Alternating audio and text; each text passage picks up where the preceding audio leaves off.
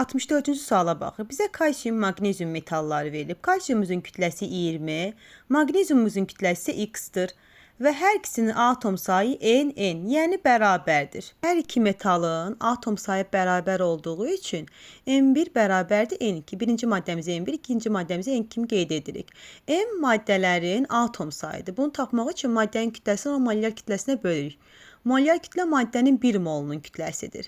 Və kalsiumun ayerini bizə 40, maqneziumun isə ayerini 24 verib.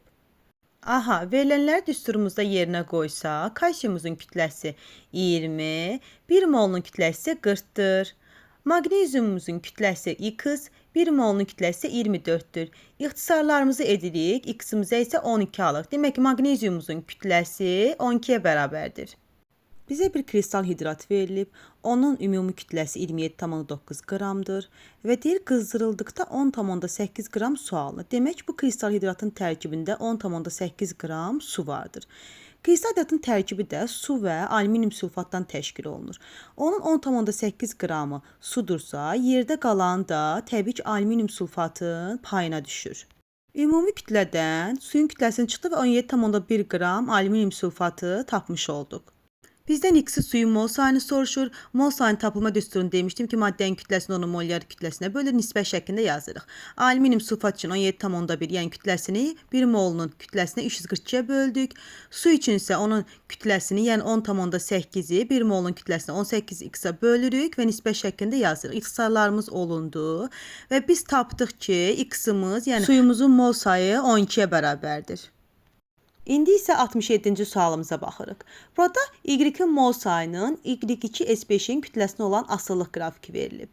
Y-in mol sayı 0,1 olanda bu birləşmənin kütləsi 11,1 qram olur.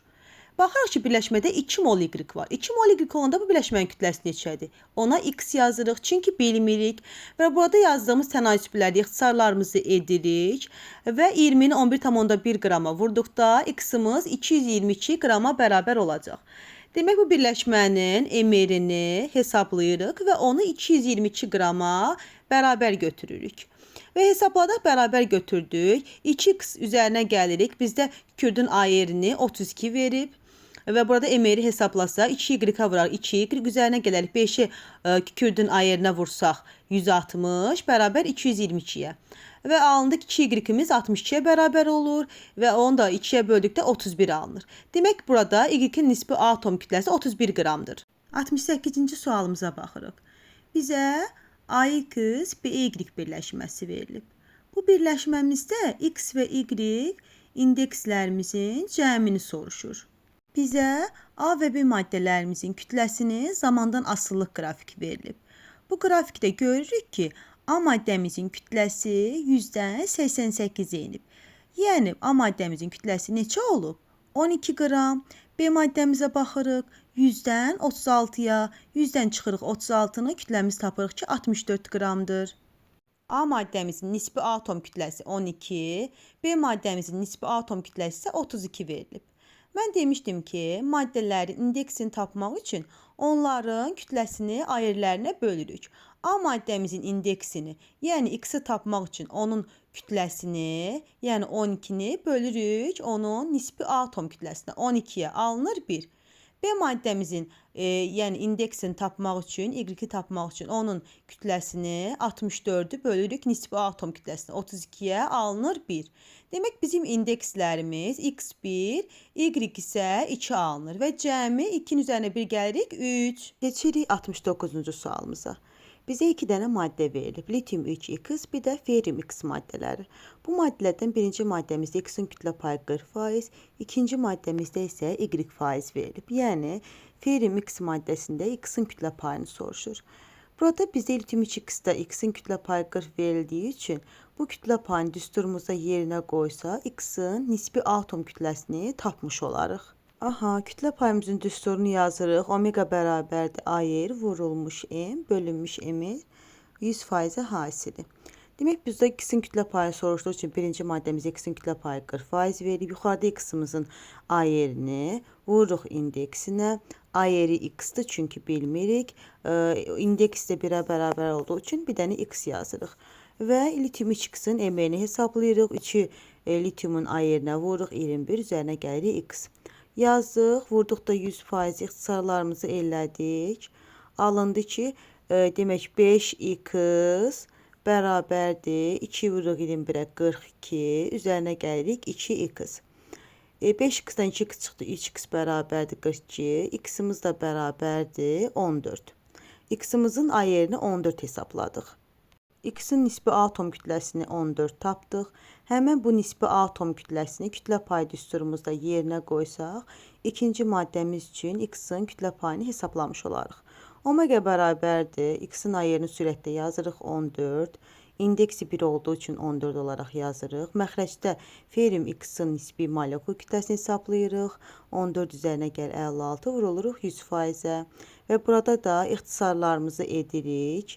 Omegamız bərabərdir 14 bölək. 14-dən 56-ın cəmi 70 eləyir, vurur 100%-ə. 14-dən 70-i ixtisar eləsək, məxrəcdə qalacaq 5, 100-ü 5-ə bölsək 20%. Demək, X-in kütlə payı 20%-dir. Keçirik 70-ci sualımıza. Bizə X, Y2, O4 birləşməsi verilib. Bu birləşmədə X-in oksigen nisbəti 5-in 8-ə kimi, Y-in oksigen nisbəti isə 3-ün 8-ə kimidir və deyir, həmin birləşmənin nisbi molekul kütləsini hesablayın. Oksigenin nisbi atom kütləsini isə 16 verilib. Verilən maddələrimizin kütlələrini yerinə qoyuruq və nisbətə bərabər götürürük. İxtisarlarımızı edirik. 16 ilə 8 ixtisar edirik. 8-ə 2. X-in 8-ə nisbəti bərabərdir 5. 8-də 5-ə vururuq 40. Demək, X-in nisbi atom kütləsi 40-dır. İndi Y-imizi hesablayırıq. Bu, yəni birləşmədə Y2-dən olduğu 2Y-in 4-ü vururuq oksigen nisbi atom kütləsinə 16-ya 64 bərabərdir 3-ün 8-ə nisbətinə götürürük. İxtisarlarımızı edirik və bizdə Y-in nisbi atom kütləsini hesablayırıq ki, 12 alınır.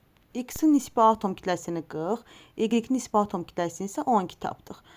Məchullarımızı tapdığımıza görə bu birləşmənin nisbi molekul kütləsini hesablaya bilərik. X, Y2, O4 maddəmizin nisbi molekul kütləsini hesablayırıq. X-ə 40, 40, üzərinə gəlir 2Y olduğu üçün 12 2-yə vururuq 24, üzərinə gəlir oksigen nisbi atom kütləsi 16, 4 dənə oksigen olduğu üçün 16-yı 4-ə vururuq 64 və ümumi hesablayırıq ki, bu maddəmizin nisbi molekul kütləsi 128-dir. 71-ci sualımızda bizə 2 dənə maddə verilib. Bu maddələrdən biri XOH, digər maddəmiz kalsium X.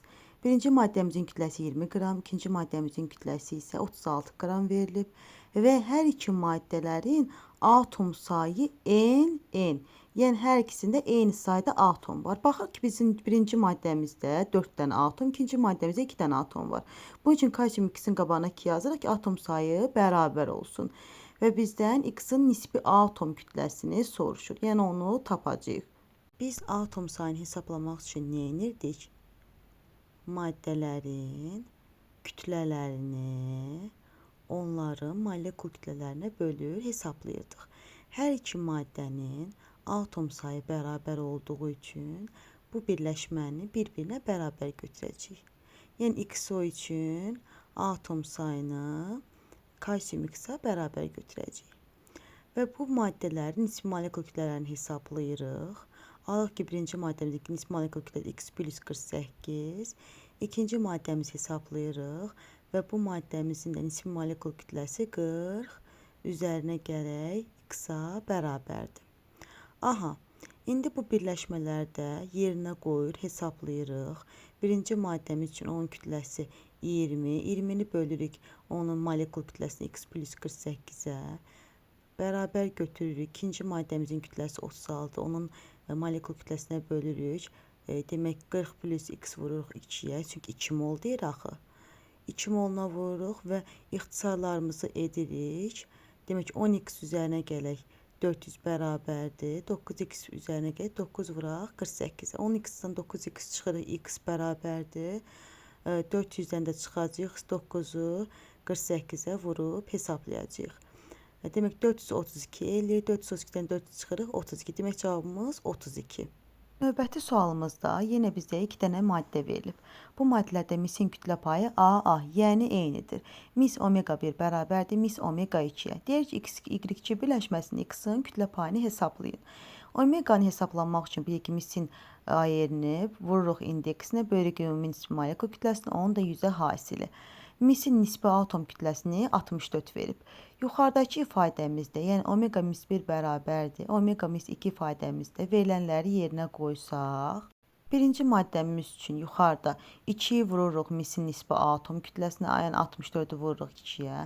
Məxrəcdə ümumi nisbi molekul kütləsi 64 vuraq 2 üzərinə gələk x, yəni 128 üzərinə gələk x bərabərdir. İkinci maddəmizin yuxarıda, yəni surətdə onun nisbi atom kütləsi bölürük ümumi emirə, 64 üzərinə gələk y-ə, bərabər götürək, ixtisarlarımızı edirik. Alırıq 128 üzərinə gələk 2y bərabər 128 üzərinə gələk x-a.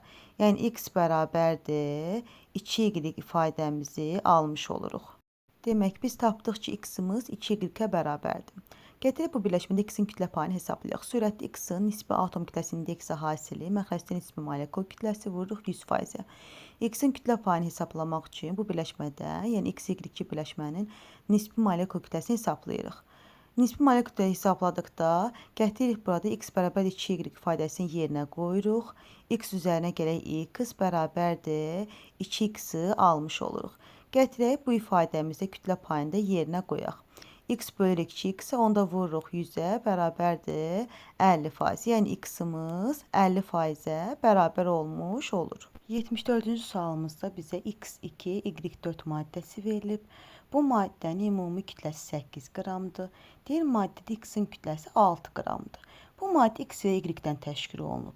Ümumi kütləsi 8-dirsə, onun 6-sı x-dırsa, yerdə qalanı təbii ki, y olacaq. Yəni 2 qram da y-dir. 52 qram x3, y8 almaq üçün deyil, neçə qram y lazımdır? Bizdən y maddəsinin kütləsini soruşur. Biz görürük ki, 8 qram x2, y4 maddəsində 2 qram y maddəsi var.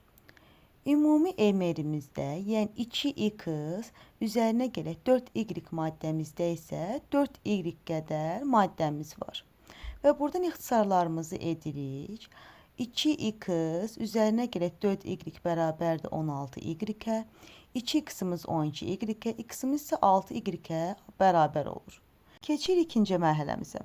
52 qram verilən birləşmədə bilmir neçə qram y maddəsi var, z yazırıq. Ümumi maddənin nisbi molekul kütləsi 3x üzərinə gələk 8y. Burada 8y qədər maddəmiz var. X bərabərdir 6y ifadəsini gətiririk nisbi molekul kütləmizdə x-in yerinə qoyuruq.